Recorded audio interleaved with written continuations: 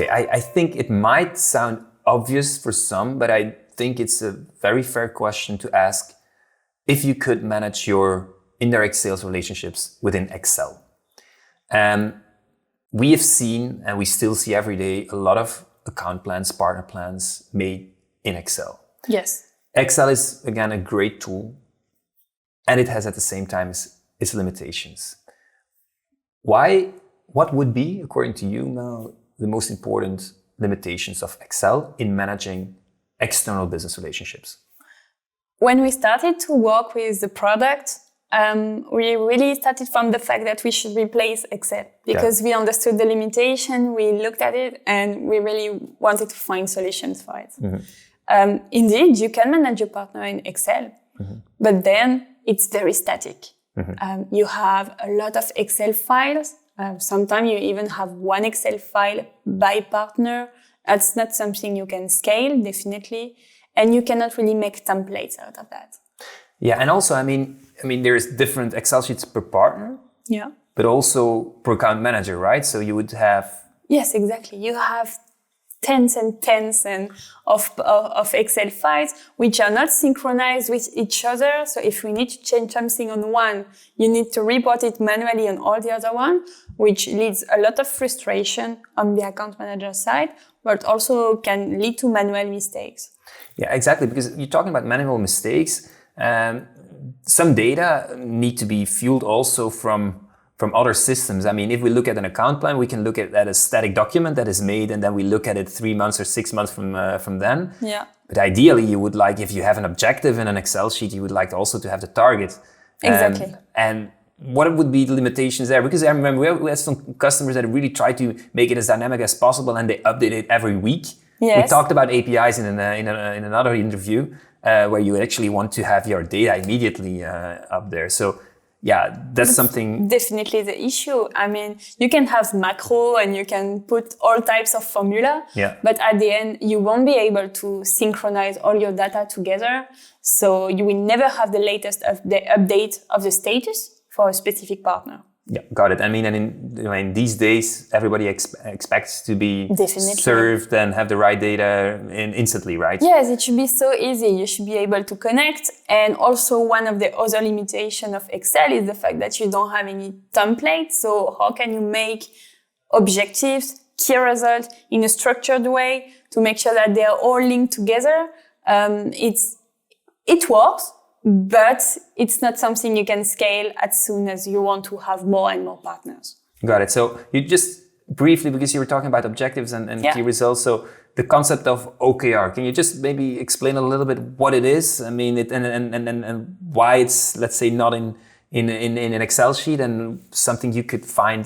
Yes, it's definitely, it's a structure. So objectives and key result, where you can put your target on objective level, and then you will define the different actions, the different key results that you will perform to reach that target. Got it. And this is something that in Excel you would need to make kind of macros, copy it to every file to get it there.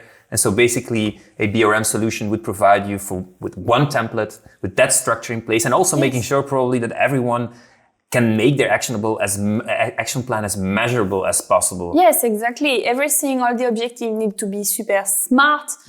You need also to make sure that you have a global plan, but you can still customize on partner level. Exactly. Because of course, we are still building relationship with them, so you cannot standardize everything. But that's indeed one of the goals of the BRM. Awesome. Okay, so let's talk about best of breed, one of my favorite topics. I mean, I still remember 10 years ago, it was hard sometimes to talk about a cloud solution when talking to large organizations. Today, luckily, it's a little bit better, but still there is a debate sometimes around if we need just one tool or if we would be open to use different tools for different business purposes. In that case, we would call it best of breed. Yes. Can you elaborate a little bit? And can you also maybe provide a little bit of a vision or an opinion on best of breed as such? Yeah, sure. So indeed, we see sometimes that some clients want to develop the tool by themselves and they want to have everything inside. The issue is that sometimes it's very big project and you don't really have very often some new release. So the product is not evolving anymore. The big advantage of having some best of breed product is indeed that you take just what you need and it's directly fitting your area of expertise. And because you have very often some new release, then you're always on top of the market with that. Got it. And now you're talking about, yes, developing it yourself, but it's also an option to just buy one vendor, yeah, definitely. and then expecting that all the business processes can be covered Yes. In there. So, and we already discussed a little bit the different CRM and BRM. Yeah. So, what would be, let's say, if we would consider that CRM would not be best of breed for indirect sales management or business relationship management, how would you recognize then, let's say, the best of breed product next to that CRM product? How would you recognize that? The best of breed product is really focused on one area. And I think all these products are very well designed in terms of UX and UI. UI is what you see. UX is more the experience that you have while using the tool. User interface, UI, yes, UX, user experience. Exactly. And basically, there are not too many concepts in this kind of tools. Mm-hmm. So you're not going everywhere in the place. You're just having one specific area of expertise and all your features need to serve that need. Exactly. So not, let's say, hundreds of different possibilities, buttons. No. What is going on actually in the minds of a user? Because we're the same users as a consumer than, let's say, working in a B2B environment. What is going on actually when we see all these buttons in a one-size-fits-all solution? Yeah, I think you get confused super easily. Mm-hmm. And what we try to do is indeed to make sure that in the best of breed product, mm-hmm. you will find what you already know. So for instance, you can comment something, you can like, that's something you do daily with Facebook, Instagram, Uber. It's like so easy. We really try to do something similar to make sure you don't get lost. And in a few clicks, you can already do whatever you want without being trained.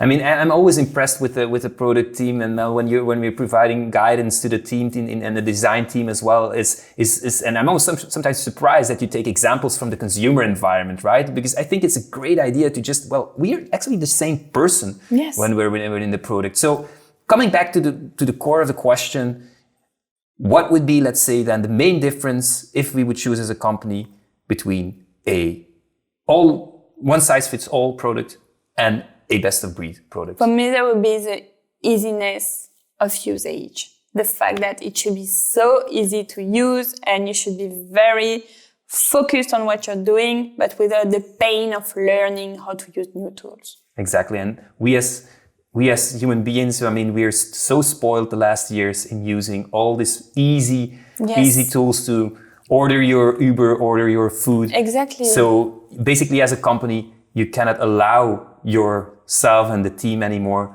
to get this learning curve to use. No, definitely. No, not at all. You don't want them to lose time. You don't want your user to be frustrated. So you want them to pick it like super easily. And why your let's say your personal tools should be good, but then your working tools should be boring? That doesn't make sense. It doesn't make sense. So indeed, that's the goal. Awesome.